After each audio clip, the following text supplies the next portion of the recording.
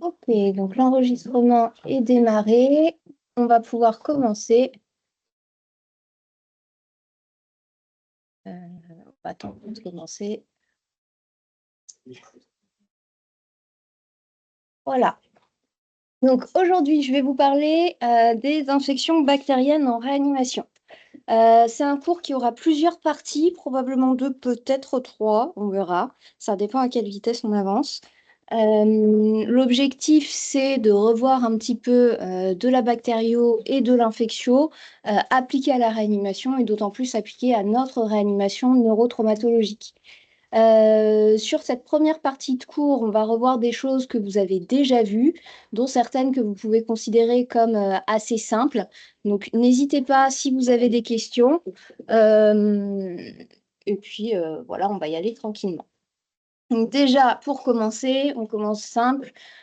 Vous avez votre patient de réanimation. Il peut être infecté d'où? Certes, mais encore. Le poumon, très bien. La peau, quoi d'autre? Ouais. Les os, c'est quand même plus rare, mais oui. Les reins, donc les urines.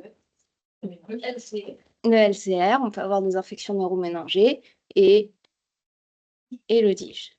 Donc, tout ça, on va tout le retrouver au fur et à mesure chez notre patient de réanimation. Et pour les externes, on en a parlé hier, c'est donc important d'examiner bien tous les jours son patient pour vérifier tous les points d'entrée d'infection. Alors, en infectiologie, en bactériologie, en réa, on va reposer sur une triade principale. Prélèvement, bactéries et antibiothérapie. Si vous avez un patient dont vous suspectez une infection, il va falloir l'identifier. Pour ça, on va devoir aller faire des prélèvements sur le site que vous avez identifié ou que vous suspectez pour mettre en évidence un pathogène. Si votre prélèvement il est négatif, on ne va pas considérer qu'il y a une infection et pouvoir débuter une antibiothérapie adaptée à la bactérie qui est en cause. Donc, comment ça se passe finalement au niveau des prélèvements de façon très pratique au lit du malade? Vous avez votre patient. Votre patient, vous suspectez une infection, quel que soit le point d'entrée. Vous allez donc réaliser un prélèvement. Sur ces prélèvements, on va pouvoir faire différents examens. Tout d'abord, on va avoir les tests rapides. Le principe des tests rapides, c'est d'avoir une réponse à votre question qui est rapide, soit en quelques minutes, quelques heures, en tout cas en moins d'une journée. Vous ne voulez pas attendre, vous voulez avoir le résultat rapidement. Parmi ces tests, on va avoir les antigénuries qui vont détecter les antigènes de pneumocoque et de légionnelle qu'on va utiliser donc pour les patients qui arrivent en réanimation pour une suspicion de pneumopathie communautaire grave. Ce n'est pas le cas dans notre réanimation à nous. Attention avec les antigénuries. Les antigénuries pneumocoques sont extrêmement sensibles. Ce n'est pas parce qu'elle est positive que vous avez une infection à pneumocoque. Environ 40% des antigénuries prélevées peuvent être positives, notamment parce que si on a été infecté par un pneumocoque, ça reste positif pendant très longtemps. Et c'est également positif si on a du pneumocoque dans la gorge, ce qui n'est pas une pneumonie. Les enfants ont très très régulièrement du pneumocoque dans la gorge, donc les antigénuries sont contre-indiquées chez eux. Donc attention à l'antigénurie pneumocoque.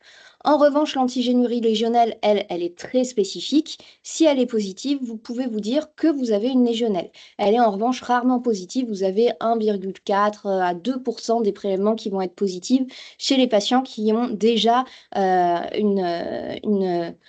chance clinique assez importante d'avoir la pathologie. Ces tests antigéniques, on peut l'utiliser également sur le LCR quand vous avez une suspicion de méningite pour détecter s'il y a éventuellement un pneumocoque, si vous avez une suspicion de méningite à pneumocoque. Le résultat, il est rapide, hein, c'est une petite bandelette, vous l'avez en quelques minutes, ça permet de rapidement faire le diagnostic et là, pour le coup, il n'y a pas vraiment de faux positifs. Au niveau digestif, vous allez avoir quelque chose qu'on utilise très régulièrement en réanimation, la recherche de Clostridium difficile. Donc pour ça, on a deux tests principaux. Celui qu'on utilise principalement en réa, c'est la recherche des toxines qui sont produites par le Clostridium. Donc les toxines A et B, et donc on va aller les rechercher dans les selles. Ce n'est pas une coproculture. On ne cultive pas pour chercher du Clostridium, on va vraiment aller rechercher ces toxines. On peut aussi faire un test à la recherche de la glutamate déshydrogénase qui va mettre en évidence le claustrie, mais ça, on le fait beaucoup moins souvent. L'alternative, c'est de réaliser une PCR à la recherche des gènes qui codent donc pour les toxines TCDA, TCDB, qui va avoir un résultat qui est rapide en quelques heures. Tous ces tests, à partir du moment où ils sont faits, où ils sont arrivés au laboratoire, ils sont rendus en moins de quelques heures. En revanche, c'est le délai d'acheminement et le délai pour lequel ils sont traités qui fait que parfois les résultats de claustrie, on met un petit peu de temps à les avoir. On a également dans les tests rapides, encore une fois rapides une fois que l'échantillon est mis dans la machine, toutes les PCR. Alors sur le LCR, on peut faire les PCR pneumocoque, méningocoque, listeria. C'est quelque chose qu'on va demander chez les patients qui viennent pour des suspicions de méningite. Si on a un direct qui est négatif et qu'on a une forte suspicion, on peut aller les demander et c'est rapide à obtenir. Les PCR multiplex sont également des tests rapides qu'on demande régulièrement, notamment pour les infections virales. Vous avez tous déjà fait, déjà vu faire, en tout cas, des PCR à la recherche de grippe, de Covid, de VRS, de rhinovirus, qu'on va faire particulièrement en épidémie hivernale chez les patients qui sont hospitalisés pour des SDRA ou des détresses respiratoires graves. Ces tests, on les a dans la journée. La PCR ARN16S qui va détecter donc l'ARN16S qui est spécifique des bactéries et va permettre de mettre en évidence le fait qu'il y a une infection bactérienne en cours sur le site précis que vous avez prélevé. Malheureusement, ça ne fonctionne que sur les sites stériles, parce que si vous prélevez sur un site qui n'est pas stérile, il y aura la flore commensale, ce sera positive, et ça ne vous dit absolument pas quel type de bactérie est en cause, juste qu'il y a de la bactérie. Globalement, on va l'utiliser uniquement dans les méningites. On l'utilisera rarement ailleurs. Les PCR qu'on peut également réaliser, c'est la recherche de carbapénémase et de RV. Notamment, on va le faire pour la recherche qu'on fait chez nos patients de portage de carbapénémase et de RV dans le service. Et puis, on a les TROD qu'on peut faire, par exemple, pour la détection des angines. Petit aparté, ces tests PCR qui sont extrêmement efficaces ne détectent que ce qu'on cherche, donc que ce qu'il y a dedans. Si jamais vous cherchez un virus qui n'est pas dans le panel ou une bactérie qui n'est pas dans le panel, vous ne le trouverez pas et ce sera faussement négatif, même si le patient est infecté. En fait, ce ne sera pas faussement négatif, ce sera négatif, mais parce que ce n'est pas dans ce que vous avez cherché. Ces tests sont assez chers, excepté la PCR multiplex qui s'est pas mal démocratisée, donc ils ne sont pas souvent réalisés non plus pour une raison de coût-efficacité. Vous avez donc votre prélèvement. Qu'est-ce que vous faites à J1? On va aller le mettre sous un microscope et faire un examen direct. À l'examen direct, on va faire un compte cellulaire, vérifier donc le nombre de cellules, le nombre de bactéries, est-ce qu'il y en a beaucoup, un petit peu, de façon très rare, les leucocytes, éventuellement avoir une formule, éventuellement pour certains prélèvements, par exemple respiratoires, voir est-ce qu'on a des leucocytes, des cellules épithéliales, etc. Et puis faire une coloration de grammes. Alors, la coloration de grammes, est-ce que vous savez comment ça marche? Ça ne fonctionne plus maintenant? Je trouve les couleurs, il a les films. Certaines qui restent colorées, d'autres qui sont décolorées. C'est une question de paroi, ouais, C'est des parois. C'est une question de paroi, ouais. C'est que c'est grave, un gramme moins. Gramme négatif et rose, c'est de l'usine. Ok, on va revoir. Donc, du coup, c'est effectivement une question de paroi. L'objectif, c'est de différencier donc les grammes plus et les grammes moins. Les grammes plus, c'est ceux qui vont avoir donc, toutes les bactéries sont constituées d'une membrane plasmique. Et ils vont avoir ensuite, à l'extérieur, une paroi constituée pour les grammes plus uniquement d'un peptidoglycane qui est très épais. Donc un peptidoglycane, c'est un assemblage de polysaccharides qui va donc protéger aussi la bactérie, soit d'un peptidoglycane qui est beaucoup plus fin et d'une deuxième membrane qui est à l'extérieur du peptidoglycane. Ça, ce sont les grammes négatifs. Ça va leur conférer des propriétés qui sont différentes, des susceptibilités qui sont différentes. On a quelques bactéries qui n'ont pas de paroi, Essentiellement, ça va être les mycoplasmes et certains germes intracellulaires, mais la grande majorité des pathogènes que vous allez rencontrer, en tout cas en réanimation, ils ont une paroi qui donc les considère soit comme gram plus à droite, soit comme gram négatif à gauche. Donc la mise en évidence du gramme, comment ça marche? On va prendre notre échantillon et le fixer. Pour le fixer, en gros, c'est on le chauffe et on va fixer les bactéries pour qu'elles ne bougent plus, qu'elles puissent subir ensuite les examens qu'on va réaliser. On va d'abord réaliser une coloration avec le cristal violet qui va colorer toutes les bactéries en violet, gramme plus comme gramme moins. Ensuite, on va stabiliser tout ça avec du Lugol qui va se complexer avec le cristal violet dans le cytoplasme des bactéries et rester à l'intérieur, faire en sorte que ce soit bien fixé. On va décolorer tout ça avec de l'alcool. Et là, les complexes de Lugol avec le cristal violet vont sortir de la bactérie uniquement chez les grammes moins. Pourquoi? Parce que le peptidoglycane qui est épais chez les grammes plus ne va pas permettre la sortie du complexe entre le Lugol et le cristal violet, contrairement à celle chez les grammes négatifs. On va donc du coup recolorer les bactéries, cette fois-ci soit avec de la safranine, soit avec de la fuchsine. Et donc du coup, les bactéries qui étaient déjà colorées en violet vont rester violettes, et celles qui ne l'étaient plus, qui ont été décolorées, vont devenir roses. Donc du coup, les bactéries grammes positives sont en violet et les grammes négatifs en rose. Et c'est ça qu'on va rechercher à l'examen direct. On va voir la morphologie, est-ce qu'on a des cocci, est-ce qu'on a des bacilles, et on va voir est-ce qu'elles sont roses, est-ce qu'elles sont violettes. C'est un test qui a quand même ses limites. C'est pour ça que parfois on vous dit c'est un BGN et le lendemain on vous dit ah, en fait c'était un staph ou inversement. Parce que c'est quand même un test visuel, c'est dépendant des manipulations qu'on a fait pour obtenir la couleur des bactéries. Et parfois, entre le rose et le violet, c'est pas si facile que ça de faire la différence. Donc, on peut se tromper parfois sur le gramme. Ensuite, vous avez votre petit prélèvement. Vous avez fait le direct. On va le mettre en culture. La culture, c'est minimum 24 heures. Donc, ça ne sert à rien de demander avant les résultats d'une culture. Vous ne les aurez pas. Il va falloir au minimum 24 heures de pouce pour réussir à avoir quelque chose. Évidemment, la culture, ça peut durer plus longtemps. On sait à partir de 24 heures, mais les germes peuvent mettre, selon leur sensibilité, plus de temps à pousser. On va pouvoir pousser à 3, 5 jours, voire 1 à 3 semaines pour certains germes qui sont très difficiles à cultiver, comme les nocardioses. Et pour les champignons, ça peut durer encore plus longtemps. Une fois qu'on a une pousse qui commence à arriver, on va pouvoir quantifier. Donc, c'est là que vous avez la quantification du nombre de bactéries.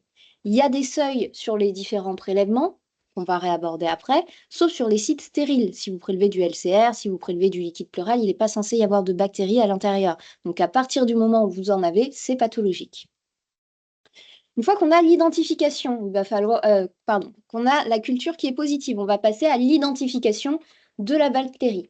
Alors, on a de la chance, il y a des techniques qui ont évolué et depuis quelques années, on ne fait plus l'identification morphologique seule, on va plutôt faire de l'identification spectrométrique en passant nos prélèvements au sein d'un MALDI-TOF, qui est cette grosse machine qui va identifier le spectre de la bactérie, comparer avec sa banque de données et pouvoir dire, ben, ce spectre-là, c'est telle bactérie, c'est tel champignon, c'est tel pathogène.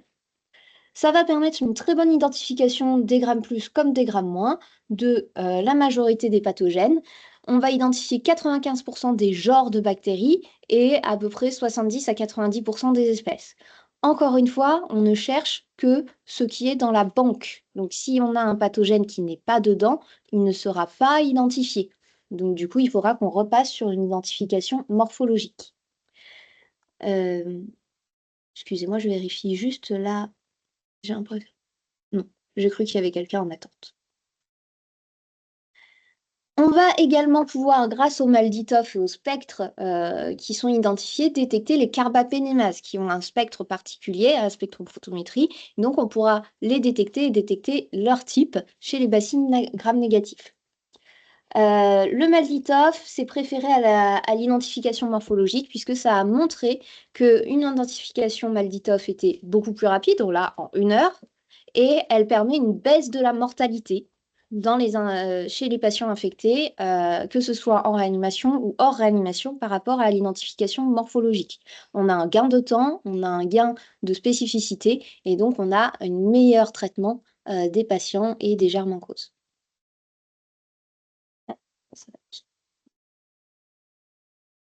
On va également pouvoir faire, une fois qu'on a l'identification de la bactérie, des tests pour rechercher si on a des résistances particulières. Pour ça, on a différents types de tests. Tout d'abord, on a les tests colorimétriques ou chromogéniques, dont le bêta-lactatest et le bêta-carbatest. Globalement, c'est une histoire de petites languettes. Vous mettez votre languette avec, les bactéries identifiées. On attend quelques minutes et on va pouvoir savoir si oui ou non on a une bêta-lactamase qui est présente ou une carbapénémase qui est présente. C'est des tests qui ont une bonne sensibilité, une très bonne spécificité et surtout pour le bêta-carbatest, mais qui peuvent quand même passer à côté de certaines bêta-lactamines, notamment dans les bêta-lactamases, excusez-moi, notamment chez les groupes 3. On a également les tests non chromogéniques, qui sont en fait des tests PCR, qui vont mettre un petit peu plus de temps, mais encore une fois, on reste sur des délais très raisonnables, et qui ont, eux, une excellente sensibilité et spécificité. On est au-delà de 90%, donc qui vont vraiment pouvoir répondre à la question. Ces tests, on va les demander assez rapidement chez nos patients. On peut les réaliser dès qu'on a l'identification avec une culture qui pousse. Il y a certains prélèvements, mais peu, sur lesquels on va pouvoir les faire directement. Quand on a fait le prélèvement et qu'on a fait son direct, qu'on a vu qu'il y avait des bactéries, c'est encore assez rare. Les futurs de la bactériologie, c'est de développer de plus en plus de tests qui vont permettre d'identifier précocement des résistances sans avoir encore mis en évidence vraiment le pathogène, juste sur le prélèvement. Et c'est encore, on va dire, dans les cartons. Question sur le bêta-lactatest, ça te permet de déterminer si tu as une Bêta-lactamase. Ouais, donc tu sais pas si c'est une céphalosporinase ou si c'est une BLSE ou Ça, il faut attendre après le test PCR. Donc, OK, on va le pas- test PCR BLSE, c'est que BLSE. Donc si Oui. c'est une céphalosporinase, il est négatif. Oui, c'est en tout cas, tu as des différentiels et donc on va pouvoir te dire ça, c'est une BLSE et ça, c'est pas une BLSE. Ensuite, vous allez encore devoir attendre pour avoir l'antibiogramme de la bactérie. Comment on fait un antibiogramme? Une fois qu'on a fait pousser sa bactérie, on va aller l'ensemencer sur une plaque sur laquelle on aura disposé des disques imprégnés d'antibiotiques et on va voir où la bactérie pousse, où est-ce qu'elle meurt, où est-ce qu'elle n'est plus là.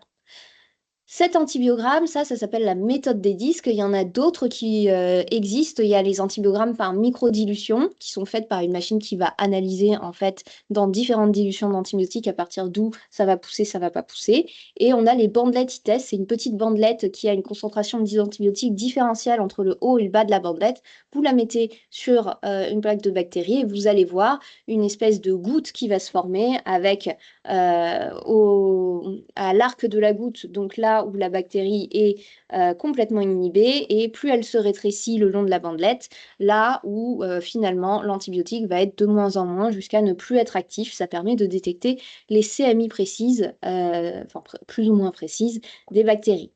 L'autre façon de faire les CMI, c'est en fait avec la méthode des disques par rapport au diamètre de pouce, enfin de non-pouce du coup, des bactéries. On va pouvoir, par des abacts qui sont faits par le CAST et transmis en France par le CASFM, petite typo, de savoir quel CMI en fonction du diamètre de disque va avoir notre bactérie. Ça va également pouvoir nous permettre de faire la recherche de BLSE, de céphalosporinase, de bêta-lactamase et de carbapénémase. On va le voir sur ces antibiogrammes aussi, mais ça met plus de temps. Alors, justement, puisqu'on parle de CAST et de CASFM, vous savez que, en tout cas pas, enfin certains d'entre vous savent, que les rendus des antibiogrammes des bactéries ont récemment évolué. Avant, on disait d'une bactérie, elle est sensible, intermédiaire ou résistante. Ce n'est plus le cas. Donc sensible, ça voulait dire forte probabilité de succès thérapeutique. Résistante, forte probabilité d'échec thérapeutique avec les antibiotiques à des doses usuelles. Intermédiaire, ça pouvait vouloir dire plein de choses. Ça pouvait vouloir dire oui, on peut utiliser l'antibiotique et c'est sensible à forte posologie, il faut juste monter les doses, mais ça va très bien marcher. Oui, on peut utiliser la même dose que d'habitude et ça va fonctionner sur des sites où on a une bonne concentration de l'antibiotique, par exemple les bêta-lactamines en urinaire. Ou alors, ça peut vous dire, ah bah il y a une incertitude technique, on ne sait pas trop parce que là, la technique était un peu compliquée, donc du coup, on ne sait pas si c'est sensible ou pas. Et ça peut vouloir dire, il y a une incertitude tout court, ce germe-là, on ne sait pas s'il est vraiment sensible ou si il est résistant. Donc du coup, le CAST a décidé qu'on allait passer à autre chose parce que tous les germes qui étaient marqués en I, notamment tous ceux qui étaient en fait sensibles soit à forte posologie, soit dans les sites à bonne diffusion, les antibiotiques marqués en I n'étaient pas utilisés parce que les cliniciens ne savaient pas ce que ça voulait dire exactement et il n'y avait pas beaucoup de connaissances quant au fait qu'on pouvait quand même utiliser ces antibiotiques à forte posologie ou pour certains sites. Donc en 2020, le CAST a remasterisé ses rendus et maintenant il va vous rendre soit S, donc là ça ne change pas, R ça ne change pas, et sinon SFP. SFP c'est sensible à forte posologie. Qu'est-ce que ça veut dire? Ça veut dire qu'il y a une forte probabilité de succès, excusez-moi, si on a une forte exposition, donc soit à forte posologie, soit parce qu'on a une bonne diffusion au site. Ça ne veut pas dire que le germe est résistant moins, en quelque sorte. Vous pouvez utiliser vos antibiotiques. Ce qui avant était considéré comme une incertitude technique, ça va pas rentrer là-dedans, ce sera mis en dehors et ce sera donné comme ZIT, zone d'incertitude technique, qui est précisé en plus. Il y a des petits cas particuliers chez les germes qui sont rendus SFP pour certains antibiotiques, notamment pour le PIO. Le PIO va être rendu SFP pour tout, sauf le Méro, le Zavicefta et le Zerbaxa. C'est parce que arbitrairement, la borne de CMI a été fixée très haute, à 50, et donc ça veut dire que c'est une concentration qui est inatteignable pour avoir un germe qui est S. Ça, c'est pour favoriser le fait de mettre des antibiotiques à forte posologie pour ce germe qui est difficile à traiter et qu'il n'y ait pas des faibles posologies qui soient mises en place par les cliniciens. Alors, comme au début, ce n'était pas particulièrement communiqué auprès des cliniciens, il y a eu une période avec une très forte surconsommation de méropenem, parce que comme tout était rendu SFP, sauf le méro qui était rendu S, et ben, tout le monde mettait du méro sur les pios, même s'ils étaient finalement sensibles à la tazo, sensibles au céphépime, ce n'était pas utilisé. Donc attention, ce n'est pas parce qu'il n'y a que le méro qui est en S qu'il faut se jeter dessus. La même chose, ils ont fait la même chose pour les fluoroquinolones, globalement, qui sont quasiment toujours rendus SFP, et sur l'imipenem et les entérocoques, vous pouvez quand même l'utiliser, mais à forte posologie. Alors, qu'est-ce qu'on va faire comme type de prélèvement? Le premier type de prélèvement auquel vous pensez, c'est les hémocultures. Les hémocultures, c'est simple, on va prélever du sang et on va aller l'incuber dans l'automate, qui est une grosse machine qui va en fait garder les hémocultures à température correcte, à température de pouce, et attendre l'incubation jusqu'à ce qu'on ait un début de pouce. Ce n'est pas les microbiologistes qui vont détecter la pousse, c'est la machine à un moment qui va sonner et qui va dire « Hé, là, ça commence à pousser », et dans ce cas-là, on va aller faire des analyses complémentaires. Attention pour les hémocultures. Les hémocultures, c'est 2 flacons, aérobie et anaérobie, à chaque fois. Il faut un minimum de 10 ml par flacon, c'est pas mal de sang.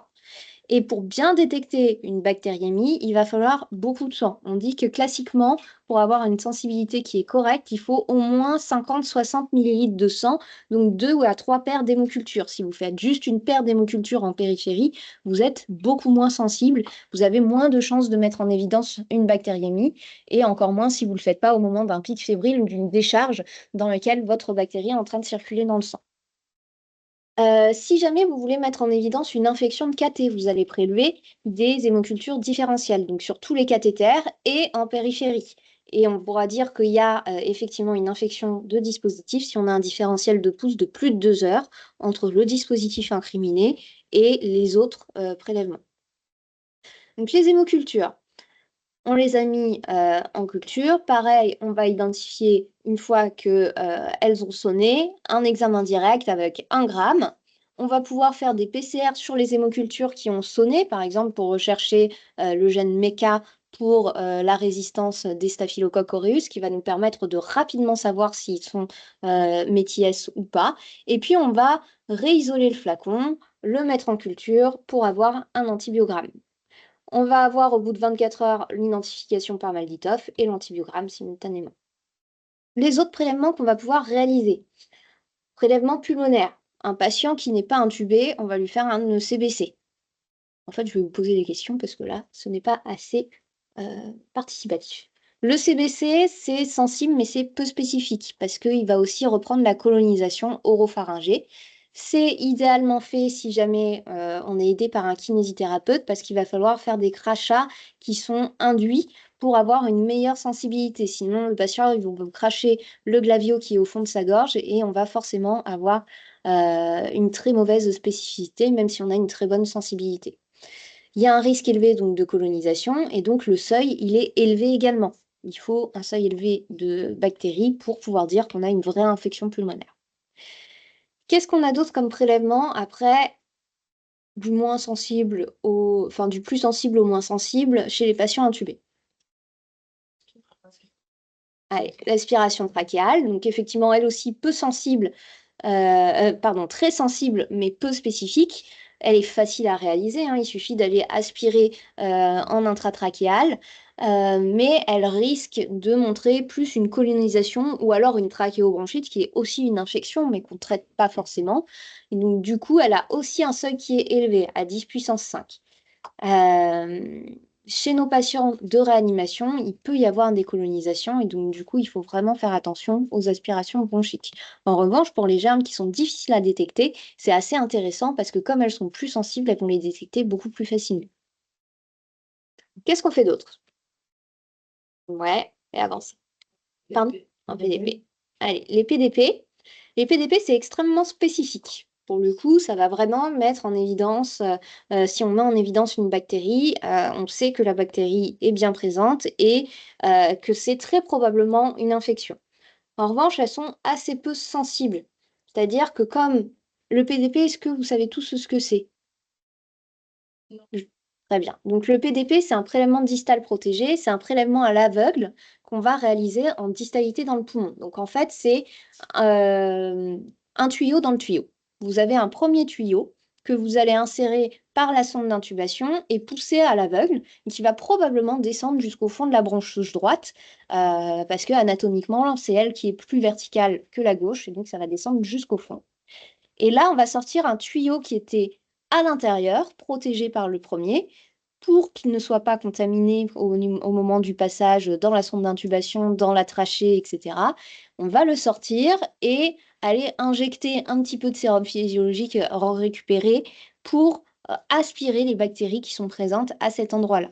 On va ensuite le re-rentrer dans le tuyau extérieur, sortir le tout, le ressortir au-dessus d'un pot stérile, mettre ce qu'il y a à l'intérieur, les sécrétions que vous avez récupérées dans un petit pot et envoyer ça en bactériologie. Donc, c'est spécifique, c'est peu sensible et c'est peu sensible notamment parce qu'on ne sait pas exactement où on prélève et que si jamais vous suspectez une pneumopathie à gauche, vous avez quand même beaucoup moins de chances de la mettre en évidence vu qu'on va aller prélever à droite. Si vous êtes sur une suspicion de lobe supérieur gauche, vous avez tout perdu. Donc, il y a un risque de faux négatif qu'on peut amender si on les réalise sous fibroscopie. On peut faire un PDP qui est dirigé sous fibroscopie et là, ça va augmenter notre sensibilité de façon importante. Mais forcément, c'est plus difficile à réaliser et on perd l'avantage du PDP qui est qu'on peut le réaliser très facilement chez des patients qui sont assez instables sur le plan respiratoire. Le dernier prélèvement qui est un peu le gold standard de l'infection pulmonaire en réanimation, c'est le LBA et son cousin, le mini LBA. Globalement, pour un LBA, on va faire une fibroscopie bronchique, donc aller avec un fibroscope, se guider vers l'endroit de la pneumonie où on pense l'endroit du poumon où on pense qu'il y a une pneumonie, se mettre au niveau des bronches segmentaires ou sous-segmentaires, le plus distal possible. On va essayer de viser là où on voit qu'il y a de la sécrétion de pus et on va injecter du sérum physiologique. Pour le LBA, c'est beaucoup. c'est 5 fois 50 cc. Donc, on noie un petit peu le poumon. On comprend que c'est difficile à réaliser chez les patients qui sont en détresse respiratoire, en SDRA, et pour lequel on a déjà du mal à maintenir une oxygénation correcte. Le mini-LBA est de réalisation plus facile, c'est 3 fois 20 cc. Mais du coup, il va être un petit peu moins sensible puisqu'on va avoir un peu plus de mal à récupérer le liquide qu'on a injecté. Le seuil, il est de 10 puissance 4, petite typo, alors qu'il est de 10 puissance 3 pour le prélèvement distal protégé. Au niveau urinaire, bon, bah, c'est assez simple, hein, il n'y a que le CBU. En réa, on va le réaliser sur sonde puisque nos patients sont déjà sondés. Est-ce que un ECBU sur sonde en réa, il est interprétable? Oui, mais avec des précautions. Nos patients, avec une sonde urinaire, ils sont systématiquement colonisés. Et il y aura toujours une leucocyturie, parce que c'est irritant d'avoir une sonde urinaire, donc il y aura toujours des leucocytes, et la leucocyturie est ininterprétable. La colonisation, elle est très fréquente, moins à la phase initiale, mais plus on garde longtemps une sonde, plus on a de risques d'être colonisé. Si le patient a des JJ, vous avez 100% de chance d'avoir une colonisation. On ne fait pas de direct sur un ECBU, sur un prélèvement de réanimation. On va ne faire qu'une culture. Et on va la faire et aller rechercher avec un seuil uniquement si on a des symptômes clinico-biologiques. Avec un seuil qui est élevé aussi, on est à 10 puissance 5. Passe au cerveau. Qu'est-ce qu'on peut faire sur le cerveau comme prélèvement? Le cerveau, les méninges, etc. Ouais. Et quoi d'autre? Exactement. Donc la ponction lombaire, vous connaissez, on va faire une ponction au niveau lombaire, on va prélever au minimum 5 tubes, 10 à 20 gouttes par tube et envoyer en biochimie bactério, viraux, anapathes, plus ou moins des envois spécifiques si vous recherchez des choses particulières. Le prélèvement de DVE, il va se faire sur le robinet distal qui est près de la burette, en stérile par les IDE, et on va envoyer en bactériologie, en biochimie. On va chercher plusieurs éléments. Principalement, on va chercher s'il y a des bactéries qui poussent, mais également compter les leucocytes. Attention, il y a une très mauvaise sensibilité et spécificité pour les prélèvements de DVE par rapport aux prélèvements faits par ponction lombaire sur les méningites communautaires pour la majorité des éléments biochimiques et pour leur interprétation. Donc, on va plutôt utiliser les leucocytes et les bactéries uniquement. Sur le plan digestif, les coprocultures, vous oubliez. On ne fait pas de coproculture en réanimation, sauf cas très spécifiques, et en tout cas pas chez nous. En revanche, on va rechercher les toxines Clostrides dont on a déjà parlé. On peut également faire du prélèvement de liquide péritonéal ou chez nos patients qui sont en post-chirurgical, des prélèvements péropératoires. Liquide péritonéal et prélèvement péropératoire, il n'y a pas de seuil. Il n'est pas censé y avoir de bactéries dans ces endroits-là. Donc, si on en met en évidence, c'est que ce n'est pas normal. Chez le cirrhotique, on fait aussi des prélèvements d'acide par voie transcutanée. Pareil, on n'est pas censé voir de bactéries. S'il y en a, c'est qu'il y a une infection. Et on va même dire qu'il y a une infection si on ne voit pas de bactéries, mais qu'on a une élévation des PNN au-dessus de 250 par millimètre cube. Pour la peau, c'est plus compliqué. On met peau, tissu mou et os dans le même bagage. On va réaliser des prélèvements profonds. Par profond, je veux dire qu'on ne peut pas gratter la peau, il faut vraiment aller soit en chirurgie, idéalement en chirurgie pour aller faire des prélèvements profonds, aller vérifier s'il y a une infection, soit il va falloir aller à l'aiguille pour prélever en profondeur, en conditions les plus stériles possibles, pour mettre en évidence du germe. On ne fait pas d'écouvillon cutané qui peut être très clairement contaminé par la flore commensale qui est présente sur la peau.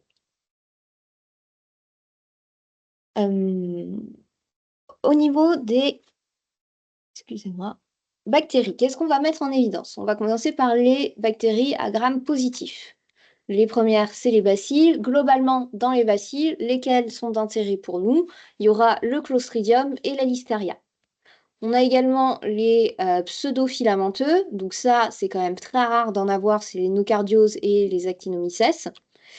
Et on va surtout avoir les cocci. Donc les coccigrammes plus, celui dont on parle toujours et dont on va parler plus tard, c'est le staphylocoque. On a principalement le staphylocoque aureus, qui est un staph qui est à coagulase positive, donc qui va faire coaguler le sang, et le staph Coagulag neg, c'est les staphes blancs, staphes épidermidis, qui sont présents partout sur la peau. C'est ceux qu'on va trouver lors des contaminations des hémocultures. À l'inverse, de l'autre côté, on a les streptocoques. Les streptocoques, c'est une grande famille. Dedans, on va retrouver les entérocoques qui nous intéressent avec Enterocoque faecalis, Enterocoque faecium. On va retrouver les streptocoques bêta-hémolytiques du groupe A et du groupe B, qui sont essentiellement infectieux sur le plan pulmonaire et oropharyngé. Ils peuvent causer des angines graves qui peuvent mener en réanimation. Et les streptocoques pneumoniae qu'on va retrouver donc, dans les infections graves, tout simplement.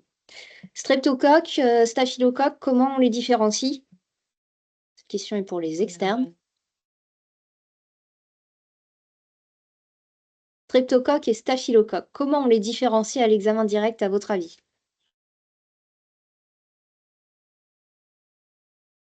Exactement. Donc leur forme, c'est la même, hein. C'est des coques, c'est-à-dire c'est des ronds.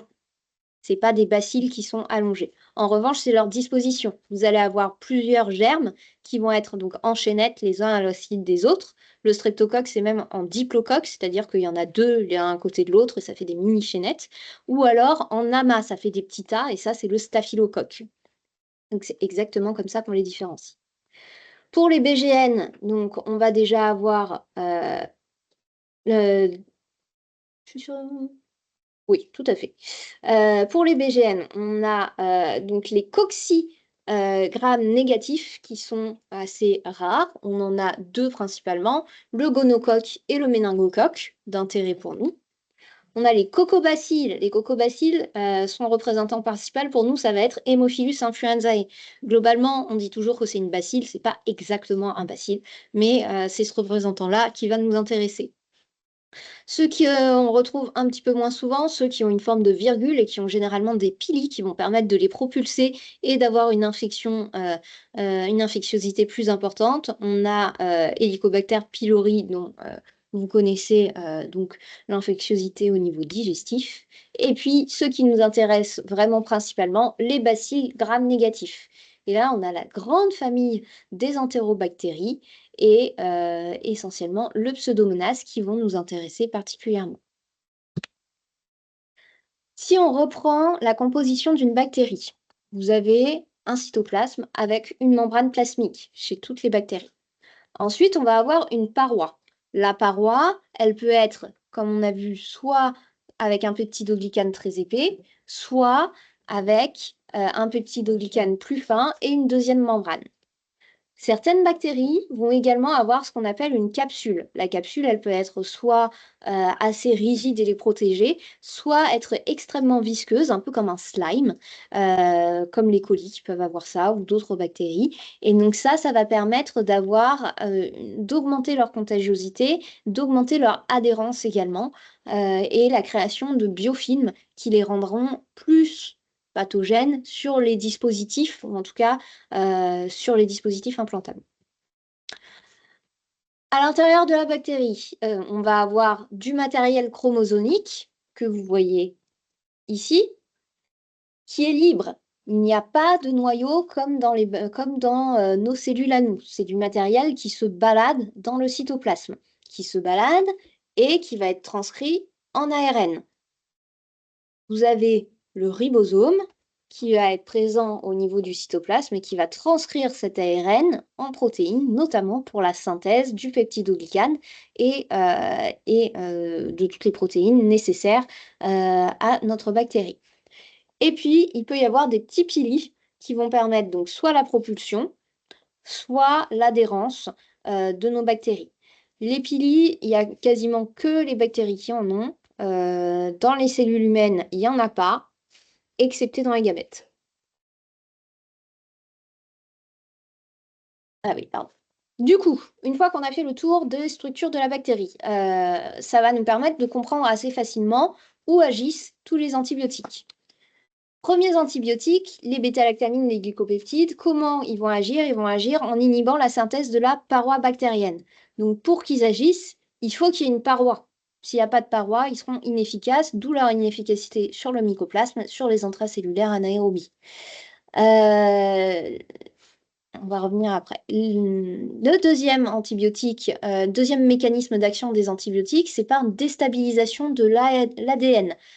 Pour ça, on a plusieurs classes. Les fluoroquinolones qui, eux, vont empêcher le déroulement de l'ADN pour qu'il soit transcrit, donc en inhibant les topoisomérases. Le métronidazole, le flagile, qui va également agir à ce niveau. Et le cotrimoxazole, le Bactrim, qui lui a un mécanisme un petit peu particulier en agissant sur le métabolisme du phosphate et qui va empêcher la création des bases des acides aminés et donc la réparation de l'ADN. Bon, deux fois. On a également les antibiotiques qui vont agir par inhibition ribosomale. On a ceux qui vont agir sur la sous-unité 23S du ribosome, c'est les aminosides, et les macrolides qui vont agir sur la sous-unité 50S du ribosome, ce sont les macrolides. Il y a également le linésolide qui va agir à ce niveau-là que j'ai oublié de mettre sur la diapositive.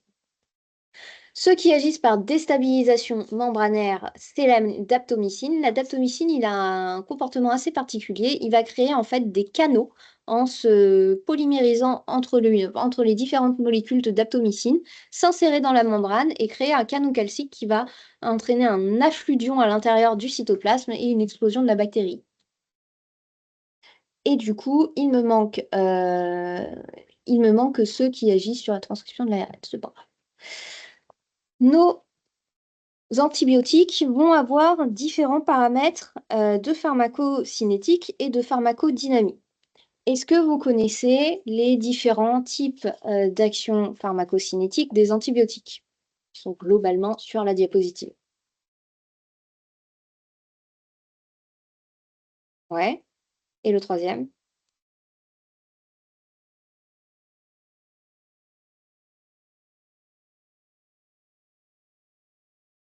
Ouais. C'est un peu un mix, hein. C'est des antibiotiques qui sont à la fois concentration et temps dépendant. C'est l'air sous la courbe au-dessus de la CMI qui va compter. Donc pas que le temps, mais vraiment le temps et la concentration au-dessus de la CMI. Donc les antibiotiques qui sont concentration dépendants, ils vont être bactéricides à leur top de concentration. Donc il va falloir viser une concentration sur la CMI qui soit efficace pour avoir une efficacité de l'antibiotique. Ces antibiotiques, principalement, ça va être les aminosides. Donc c'est pour eux qu'on va aller faire un pic pour vérifier qu'on a bien eu une efficacité avec un pic de concentration assez important pour avoir eu un effet sur les bactéries, mais également le flagile, la daptomycine et la fluoroquinolone sur les grammes moins et selon le site de diffusion. Globalement, on va viser une concentration qui est supérieure à 8 fois la CMI pour avoir une efficacité de notre antibiotique. Les antibiotiques temps dépendants, leur représentant principal, c'est les bêta-lactamines. On veut passer le plus de temps possible au-dessus de la CMI.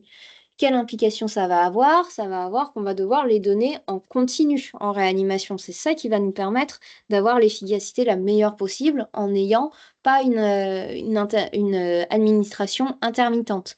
Malheureusement, il y a certains antibiotiques qui n'ont pas une stabilité suffisante pour être faits totalement en continu. Donc du coup, ce sera par exemple la tazocilline, c'est sur 4 à 6 heures. C'est sur 4 heures généralement, mais on va la faire 4 fois par jour et donc du coup, on aura toujours 2 heures sans tazocilline. Les macrolides sont également temps dépendants, les cyclines et un peu les fluoroquinolones qui sont globalement un peu un mix de tout selon le site et selon le germe que vous visez. Les antibiotiques qui sont dépendants de l'air sous la courbe au-dessus de la CMI, c'est la vancomycine très essentiellement. Et donc, c'est quelque chose qui est assez difficile à calculer en l'air sous la courbe. Donc, du coup, c'est transcrit par des ABAC. Et après, nous, ce qu'on demande en microbiologie, en pharmacologie, c'est ils nous donnent, on prélève une concentration au moment où on l'administre.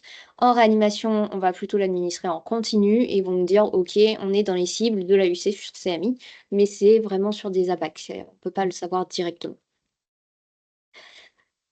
On va commencer par voir les bêta-lactamines. On s'accroche, on va voir tous les types d'antibiotiques, ce qui peut être un peu long.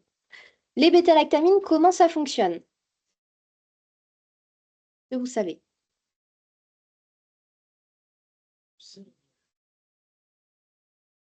lié au PLP? Exactement. Donc, ça agit sur la synthèse de la paroi. La paroi, en fait, c'est le peptidoglycane qui va être synthétisé avec ses précurseurs, l'acétyl N-acétylmuramique et N-acétylglucosamine, qui sont synthétisés dans le cytoplasme, qui commencent à s'assembler et qui ensuite sont assemblés définitivement dans l'espace périplasmique pour les grammes neg et à l'extérieur de la membrane plasmatique par les grammes plus, par les PLP. Donc, si on n'a pas de PLP, on n'a pas d'assemblage du peptidoglycane et donc on ne peut pas avoir de paroi qui est constituée. Donc, le principe des bêta-lactamines, c'est d'aller se lier à la PLP et l'inhiber. Donc, du coup, la PLP n'est plus capable d'aller lier les différentes molécules qui constituent le peptidoglycane entre elles et la bactérie va mourir par absence de paroi. De cela, on déduit que les bêta-lactamines, elles ont un spectre sur toutes les bactéries qui ont une paroi, comme on l'a déjà dit, et le mécanisme de résistance, ça va être d'aller détruire la bêta-lactamine. Ce sont les pénicillinases, qui sont des enzymes qui sont produites par les bactéries, qui vont être dans l'espace périplasmique et qui vont venir inactiver nos bêta-lactamines. Ou alors, on peut avoir un mécanisme de résistance par une modification de la PLP qui va devenir de plus faible affinité pour la bêta-lactamine. Et enfin, pour les grammes moins, on peut avoir un mécanisme de résistance par un mécanisme d'imperméabilité et d'efflux. Puisque comme vous voyez sur le schéma qui est en haut à droite, autant pour les grammes plus, le peptidoglycane et les PLP, c'est facilement accessible, puisque c'est directement à l'extérieur de la bactérie. Pour les grammes moins, pour réussir à y accéder, il va falloir passer la membrane externe. Et la membrane externe, pour les passer, il va falloir passer par les porines, ce que font les bêta-lactamines, qui sont des molécules qui sont assez petites. Mais si les porines sont mutées ou qu'on a des pompes qui sont mises en place par la bactérie pour sortir la bêta-lactamine, forcément, on n'aura plus assez de bêta-lactamine pour être efficace pour empêcher la synthèse de la paroi, et donc on aura une résistance. Les bêta-lactamines, ce sont des médicaments à élimination rénale. Donc attention, il faut adapter les doses chez l'insuffisant rénal et chez le patient qui est dialysé. Elles ont une excellente diffusion, elles sont de bas poids moléculaire, donc du coup, elles vont pouvoir se balader un peu partout. Elles sont temps dépendantes, on l'a déjà dit, et elles ont une demi-vie qui est courte, donc il faudra plusieurs doses par jour. On n'a pas de bêta-lactamines qui vont durer pendant plusieurs jours. Au niveau de leurs effets indésirables, on a des effets indésirables neurologiques, vous le savez, ça donne des encéphalopathies, d'autant plus quand on utilise les céphalosporines. Il y a également des néphrotoxicités, des troubles digestifs, et je ne l'ai pas mis ici, mais pensez à la céphazoline, ça donne des troubles hématologiques, ça va donner une anticoagulation en fait par la céphazoline, vous avez des risques hémorragiques qui sont plus importants sous céphazoline. Alors, qu'est-ce qu'on a comme bêta-lactamine? On s'accroche. Les premières bêta-lactamines, ce sont les pénicillines G et pénicilline V. C'est celles qui ont été mises en évidence par Fleming. C'est des pénicillines naturellement produites par des champignons, Penicillium. Et globalement, leur seule utilité encore, ça va être pour le traitement de la syphilis.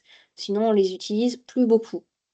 Les pénicillines M ont un spectre qui est un petit peu plus étendu. Elles vont être actives sur les Staph aureus méties. Elles ne sont pas très bonnes sur les streptocoques et elles n'agissent pas bien sur les entérocoques et sur les bacilles gram-négatifs. Les pénicillines, tout ça, c'est des différences d'affinité pour les PLP des différentes bactéries. Les pénicillines A, dont son représentant principal qui est l'antibiotique le plus utilisé en France, l'amoxicilline, elles sont actives sur les grammes plus et sur certains grammes moins. Attention, pas sur la majorité des Staph aureus. Les carboxyurédopénicillines, leurs représentants, ça va être la piperacilline et la ticarcilline. Elles ont un spectre encore un petit peu plus large. Elles vont aussi être actives sur le Pseudomonas aeruginosa. Donc on élargit encore un peu plus sur les grammes neg. Ensuite, il y a eu l'invention des céphalosporines. Donc, les céphalosporines, ce sont des germes qui sont, pardon, pas des germes, des antibiotiques qui sont synthétiques. La céphazoline et la céphoxytine, c'est un GC2G. Ils vont avoir un spectre sur les grammes plus avec une efficacité sur le Staph aureus méties, sur les streptocoques et sur les entérobactéries des groupes 1-2, mais pas beaucoup plus. Les C3G, qui sont les deuxièmes antibiotiques bêta-lactamines qui sont les plus utilisés, en tout cas en milieu hospitalier. Vous connaissez essentiellement céfotaxime, ceftriaxone, et on classe la ceftazidine dedans aussi, sont actifs sur les coccinelles plus. Attention, ils ne sont pas recommandés sur les Staph aureus. Le CAST et le CASFN recommandent de ne pas les utiliser parce que leur activité est moindre sur le Staph aureus et donc on a une moindre efficacité que nos autres bêta-lactamines sur ce germe-ci. Ne sont pas actifs sur les entérocoques comme toutes les céphalosporines, mais en revanche sont très actives sur les entérobactéries et c'est dans ce cas-là qu'on va les utiliser. Si on a une céphalosporinase, donc comme on a dit, une enzyme qui vient cliver les céphalosporines, bah forcément, ça ne va pas fonctionner, on va avoir une résistance. Et si on a une BLSE, une bêta-lactamase qui est produite par un plasmide, on va également avoir une résistance. La ceftazidine est active sur le pio, pas les deux autres. Au niveau des céphalosporines de 4e génération, on a le cefepime, ce qui est le seul représentant globalement. On va être actif sur les grammes plus, sur les grammes moins, dont sur les grammes moins qui vont avoir des céphalosporinases hyperproduites, naturelles, donc notamment pour les entérobactéries, et sur le pio. En revanche, on n'est pas actif sur les BLSE. C'est également efficace sur le Staph aureus métias, on peut l'utiliser. Les céphalosporines de 5e génération, le ceftobiprole, la ceftaroline, ce sont des nouvelles céphalosporines qu'on utilise peu, dont l'utilisation est réservée à des situations d'échec clinique et on n'arrive pas à utiliser autre chose. Ce sont des nouvelles molécules et donc on veut éviter l'apparition rapide de résistance pour elles. On peut les utiliser sur les grammes plus, dont le SARM, d'où un intérêt très important, notamment pour le ceftobiprole. Et sur les grammes négatifs, mais c'est pas forcément leur indication principale. Ensuite, on passe au bazooka des bêta-lactamines, les carbapenem, ertapenem, meropenem et imipenem, qui vont être actifs, eux, sur tous les coccinegrammes positifs, sur tous les BGN, dont les BLSE, et juste pas actifs sur le STARM, le Stenothrophomonas maltophilia et l'entérocoque faecium. En dehors de ça, ça marche sur tout. Mais on essaie de les préserver, d'une part parce que ça marche surtout et ça défonce la flore intestinale, et d'autre part parce que plus on les utilise, plus on risque de développer des résistances, et une fois qu'on a développé une résistance au carbapenem, eh ben, on n'a plus beaucoup d'armes thérapeutiques. L'astréonam, on l'utilise rarement en monothérapie, c'est un germe qui est un antibiotique qui est efficace exclusivement sur les BGN et qu'on va utiliser essentiellement quand on a des carbapenémases en association. Pardon? Des allergies. Ou des allergies, éventuellement. Je ne vous parle pas de quand on a des allergies, mais oui. Je ne vous parle pas des nouvelles associations d'antibiotiques avec les nouveaux antibiotiques, Zavicefta, Zerbaxa, Merobactam, etc. Parce que Sébastien va vous faire un cours dessus incessamment sous peu et donc vous en parlera à ce moment-là. Toutes ces bêta-lactamines, on va pouvoir les combiner avec des inhibiteurs de bêta-lactamase. Les associations qu'on a, ça va être avec l'acide clavulanique, l'augmentin, le tazobactam pour la tazocilline, l'avibactam, par exemple le clavantin. Et donc, leur rôle, ça va être d'inhiber les bêta-lactamases, les pénicillinases et de récupérer une activité sur les pénicillinases ou céphalosporinases de bas niveau. On ne va pas réussir à le faire sur celles de haut niveau. Bas niveau, excusez-moi, je reviens, bas niveau. Pour les pénicillinases, ça veut dire que l'acide clavulanique fonctionne encore, donc on est encore sensible à l'augmentin. Quand on est de haut niveau, on est plus sensible à l'augmentin. Et pour les céphalosporinases, bas niveau, c'est les C3G fonctionnent, haut niveau, les C3G ne fonctionnent pas. Donc les mécanismes de résistance, on va détailler un petit peu plus pour les bêta-lactamines. On a parlé de l'inactivation enzymatique. On en a plusieurs types. Les pénicillinases, soit elles sont chromosomiques, donc ça veut dire qu'elles sont constitutives de la bactérie. Par exemple, les entérobactéries du groupe 2. On reviendra là-dessus la prochaine fois. Soit elles sont plasmidiques, c'est-à-dire que c'est un petit plasmide, un petit bout d'ADN qui a été transmis à la bactérie. C'est une transmission horizontale, donc c'est pas transmis, après ça se multiplie et ça se transmet aux enfants, mais la bactérie l'a acquise par l'extérieur. Ce n'est pas son matériel de base. C'est par exemple ce qui se passe pour le Staph aureus. Oui, le haut niveau, ça je vous l'avais déjà dit. Les céphalosporinases, elles vont cliver les céphalosporines. Elles peuvent être principalement chromosomiques, c'est donc les groupes 3 avec AMP-C, et assez peu plasmidiques. Et ça donne un haut niveau si on est donc résistant au C3G. Les BLSE, ça c'est plasmidique. Donc ça se transmet par transmission horizontale. Ça donne une résistance aux pénicillines, aux céphalosporines et à l'astréonam. On va pouvoir le détecter sur nos antibiogrammes parce qu'on va avoir une synergie in vitro entre nos bêta-lactamines et les inhibiteurs de bêta-lactamase. On a classiquement, on dit, une image en bouchon de champagne que je vous ai pas dit si après. Une image en bouchon de champagne qui va nous permettre d'identifier la BLSE. Les carbapénénases, c'est un mécanisme qui est plasmidique, donc une enzyme qui va hydrolyser les carbapénèmes et on va la retrouver essentiellement chez les entérobactéries. Le deuxième mécanisme de résistance, c'est la mutation de la PLP. Principalement, ce sera chez les SARM. C'est ça les SARM en fait, ils ont une PLP mutée parce que ils vont avoir une cassette de gemme qui va changer la PLP qui est produite. On a une PLP 2A qui n'est plus affine pour les bêta-lactamines. C'est comme ça qu'il devient résistante.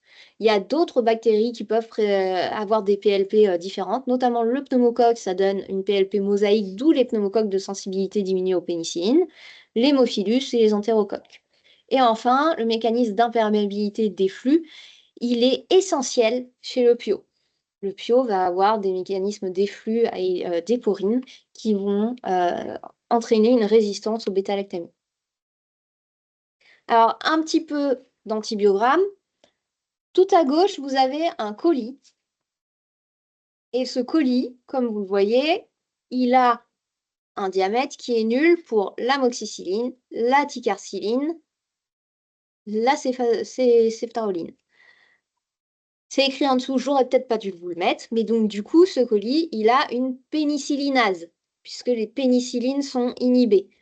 On voit bien que les céphalosporines, elles ne sont pas inhibées. Et quand on regarde le disque de l'augmentin, on voit que lui aussi, il est diminué. Donc, c'est une pénicillinase de haut niveau. À côté, on a un cloaquet avec une céphalosporinase qui est déréprimée. Donc, on va avoir une résidence sur les céphalosporines et on n'a pas de recours avec les inhibiteurs de bêta-lactamase. Vous voyez que l'augmentin, il n'y a pas d'image qui se forme.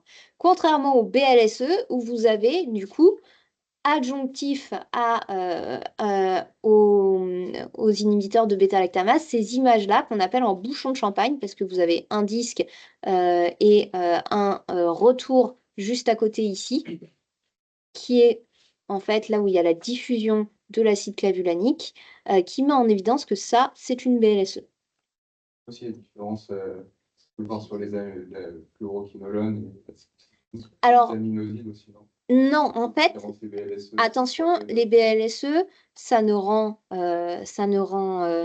résistant qu'aux bêta-lactamines. En fait, ce n'est pas systématique d'avoir la résistance concomitante avec les fluoroquinolones et les aminosides. Simplement, les plasmides qui sont transmis sont souvent des plasmides avec des polyrésistances et notamment des résistances conjointes avec les aminosides et les fluoroquinolones. Mais ce n'est pas la BLSE qui donne la résistance aux fluoroquinolones et aux aminosides. Donc, ce n'est pas systématique de les avoir avec. La cifoxitine, c'est pas sensible. La céfoxytine, si, ça va nous permettre de faire la différence. Attends, juste, tu peux réexpliquer, c'est quoi CTX? Le bouchon de champagne, en fait, c'est CTX, c'est ceftriaxone, ouais, je crois. Et donc, du coup, vous avez le disque initial qui est diminué et au lieu de se finir comme ça, tu as un rebond qui fait comme un bouchon de champagne. Vous voyez l'image du bouchon de champagne mis sur le côté? Et ça, c'est parce qu'il y a l'acide clavulanique qui diffuse par ici et qui, du coup, se fonctionne avec la C3G pour être efficace sur la bactérie. En fait, ça veut dire qu'une BSE, tu pourrais mettre Sérotax ou Montin. Eh ben non, parce que en vrai, ça c'est in vitro, mais in vivo, ça fonctionne pas. En revanche, c'est exactement ce principe-là qu'a fait développer les nouveaux antibiotiques qui sont actifs sur les BLSE. Donc le Zavicefta, c'est ce principe-là. Et du C3G avec un. Exactement. Pour la classification d'Ambler et les nouveaux antibiotiques, ce sera donc avec Sébastien. Famille suivante, les glycopeptides. La vancomycine, la théicoplanine qu'on utilise très peu, mais la vancomycine qu'on va beaucoup utiliser sur les SARM. C'est aussi un antibiotique qui est actif sur la paroi bactérienne, avec en fait une fixation aux molécules qui constituent le peptidoglycane. Et donc, ces molécules ne vont plus pouvoir se fixer entre elles parce que le site de fixation est occupé par le glycopeptide. Donc, les polysaccharides ne peuvent pas se polymériser pour le former. Encore une fois, pas de formation de la paroi bactérienne, mort de la bactérie. En revanche, c'est une très grosse molécule. Donc, du coup, elle va être active que sur les grammes plus parce qu'elle n'est pas capable de passer au travers des porines des grammes négatifs. Au niveau de leur pharmacocinétique, pharmacodynamie, donc ce sont des germes, on l'a dit, qui sont dépendants de l'air sous la courbe par rapport à la CMI, qui doit être supérieur à 400. Encore une fois, c'est des ABAC. C'est un antibiotique utilisé uniquement par voie IV, sauf pour le Clostridium, qui est présent dans les intestins. Et donc, du coup, là, ça va être efficace par voie péros. Ça a une bonne diffusion, une élimination urinaire, attention aux insuffisants rénaux qui nécessitent une adaptation. Et les mécanismes de résistance, ça va essentiellement être par les gènes VAN-A et VAN-B, c'est les ERV, par exemple, les entérocoques résistants à la vancomycine, avec une synthèse de peptidoglycanes alternatifs qui ne vont pas avoir cette fixation DHA, mais qui vont avoir une DHA des glues, je crois, et donc du coup, qui ne vont pas avoir le site de fixation des glycopeptides. C'est un mécanisme qui est encore assez rare en France, qui est un petit peu plus développé aux États-Unis. Donc, du coup, on le rencontre assez peu. Les macrolides, eux, vont être efficaces sur le ribosome. Ils inhibent la sous-unité 50S du ribosome et donc la production de protéines, d'où également un effet antitoxique. Le spectre, c'est les grammes plus les intracellulaires. Les grammes négatifs sont naturellement résistants. Peut-être que je vous garde un petit peu longtemps. On a bientôt fini. C'est un métabolisme qui est hépatique, donc attention chez l'insuffisant hépatique. Et les mécanismes de résistance, ça va être la modification de la cible, les flux, l'inactivation par une enzyme, comme les bêta-lactamases. Et un autre mécanisme qui est assez intéressant, c'est le développement de protéines de protection qui vont venir protéger le ribosome des macrolides qui viendraient donc les inhiber. C'est comme ça que les entérocoques sont naturellement résistants aux macrolides. Les aminosides tobramycine, amikacine, streptomycine, gentamicine que je n'ai pas écrit, eux vont inhiber la sous-unité 30S du ribosome. Ils ont un mécanisme oxydatif pour réussir à rentrer dans les bactéries, pour réussir à passer la membrane plasmique. Donc, ils sont naturellement résistants aux bactéries anaérobies et aux intracellulaires. Globalement, quand est-ce qu'on va les utiliser? Les aminosides, on va les utiliser rarement seuls. On va soit les utiliser pour élargir le spectre d'une antibiothérapie, soit pour un effet synergique avec les bêta-lactamines dans les infections sévères. Ce qui est débattu, c'est totalement validé in vitro, un petit peu moins in vivo. Du coup, c'est pour avoir, on dit, une meilleure bactéricidie sur les germes et être plus efficace. Donc on l'a dit, c'est un antibiotique qui est concentration dépendant, d'où le fait qu'il faille faire un pic d'antibiotiques 30 minutes après l'injection. On voit si on est bien au-dessus de 8 fois la CMI. Si oui, c'est top. Sinon, c'est pas de bol parce qu'il ne faut pas réinjecter. La réinjection est inutile. Vous avez déjà eu une baisse de concentration, donc vous n'allez pas remonter à votre pic. Et par ailleurs, on a une résistance temporaire post-antibiotique aux aminosides. Pendant quelques heures, votre résistance est augmentée aux antibiotiques et donc du coup, post-dose, il ne faut pas aller faire une nouvelle dose, ce ne sera pas efficace. Les effets indésirables principaux, c'est la néphrotoxicité, hein, c'est ce qui nous fait tous peur, et on y pense très peu, mais l'autotoxicité, quand on fait des bolus de Janta, d'amiclin à nos patients, eh ben, ça a une autotoxicité, on peut les rendre sourds, et c'est irréversible. Donc attention à la façon dont on les passe. Les mécanismes de résistance, donc on a des inactivations enzymatiques, comme les bêta-lactamases, c'est des phosphorylases, adénylases, acétylases, qui ont différents profils. On a également les mutations de cible, comme pour les PLP, et les mécanismes d'imperméabilité et des flux. Petit plus des aminosides, c'est qu'ils ont un effet post-antibiotique. Ça veut dire quoi? Ça veut dire que même quand il n'y a plus d'antibiotiques, ça inhibe quand même la croissance des bactéries pendant un petit temps. Les phénotypes de résistance, je reviens sur l'inactivation enzymatique. Vous avez différents phénotypes en fonction des enzymes qui sont produites et du coup, vous allez pouvoir savoir à quoi est résistant votre bactérie avec certains antibiotiques seulement. Le phénotype K, on est juste résistant à la kanamycine et à l'amiclin. KT, c'est kanamycine, amiclin, tobramycine. Et KTG, c'est kanamycine, amiclin, tobramycine, gentamicine. Donc, si vous avez un antibiotique, un germe qui est résistant à la gentamicine, vous pouvez tester que la genta. Vous savez qu'il est résistant à tous les aminosides. En revanche, s'il est résistant à l'amiclin, ça ne veut pas dire que la tobramycine, la gentamicine ne seront pas efficaces. Il faut tester chacun de ces antibiotiques. Fluoroquinolone, on a dit, c'est inhibition de la topoisomérase, donc on va empêcher le déroulement de l'ARN. C'est un spectre qui est très large, mais une molécule qu'on va peu utiliser parce qu'il y a des résistances qui se développent très rapidement, notamment par transmission plasmidique. Donc on les utilisera souvent dans les infections ostéo-articulaires qui sont difficiles à traiter, vu que c'est un antibiotique qui a une excellente diffusion, notamment au niveau osseux, et souvent en association. On les utilise pour les infections de traitement difficiles, par exemple une pneumonie qui est extrêmement difficile à traiter avec des germes qui sont multirésistants. Mais en association dans ces cas-là, jamais seul. PKPD extrêmement variable, ça dépend de quel germe on vise et du site qu'on vise, donc on ne va pas s'attarder là-dessus. Beaucoup d'effets indésirables et beaucoup de mécanismes de résistance qui arrivent très vite. Lui aussi a un effet post-antibiotique. Le linésolide, c'est l'inhibition de la sous-unité 50S du ribosome. Lui aussi a donc une activité antitoxinique par inhibition protéique. Le spectre, c'est les grammes plus et c'est efficace sur les sarmes. Donc, on va l'utiliser sur les sarmes et sur les Staphylococcus productifs de toxines de pentan-valentine. C'est l'une des indications principales du linésolide, notamment sur les pneumonies. En revanche, on l'utilisera assez peu sur les infections cutanées.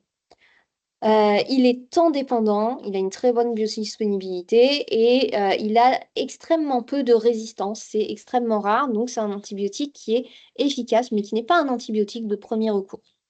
De la même façon, la daptomycine, lui aussi efficace sur le SARM, sur tous les grammes plus, un spectre large sur les grammes plus, qui va être un antibiotique utilisé en deuxième recours, principalement sur les infections des tissus mous et de la peau. On ne l'utilise pas sur les infections pulmonaires puisqu'il est inhibé par le surfactant pulmonaire. Il sera donc complètement inefficace sur les infections pulmonaires. Il n'a pas une très bonne diffusion tissulaire, donc il ne devra pas être utilisé sur les infections osseuses. Pour le coup, il est moins efficace. Donc, son mécanisme de fonctionnement, vous le voyez sur le schéma, je vous en ai parlé, c'est il va s'insérer dans la membrane calcique en présence de calcium, créer des petits pores avec une dépolarisation membranaire par création d'un canot ionique à potassium et apoptose de la cellule. Je trouve ça assez élégant. On finit avec le Bactrim. Donc lui, il inhibe la synthèse de l'ADN en jouant avec la synthèse de l'acide folique et donc des bases qui constituent l'ADN qui ne va plus être réparé et la bactérie va finir par en mourir. C'est un spectre qui est très large. Globalement, ça marche sur énormément de bactéries sauf le fécalis, mais avec des résistances qui sont de plus en plus en extension avec des mécanismes qui sont très variés et un antibiotique qui doit donc toujours être testé, toujours avoir un antibiogramme avant d'être mis en place. très bonne disponibilité PEROS, ce qui permet de faire des relais, et très bonne diffusion dans le LCR, ce qui permet de bien traiter les abcès cérébraux une fois que les patients sont sortis d'un traitement par voie IV. On va s'arrêter là pour aujourd'hui et on va passer aux bactéries la prochaine fois, si ça vous va, pour détailler un petit peu plus les bactéries. Merci beaucoup. Merci.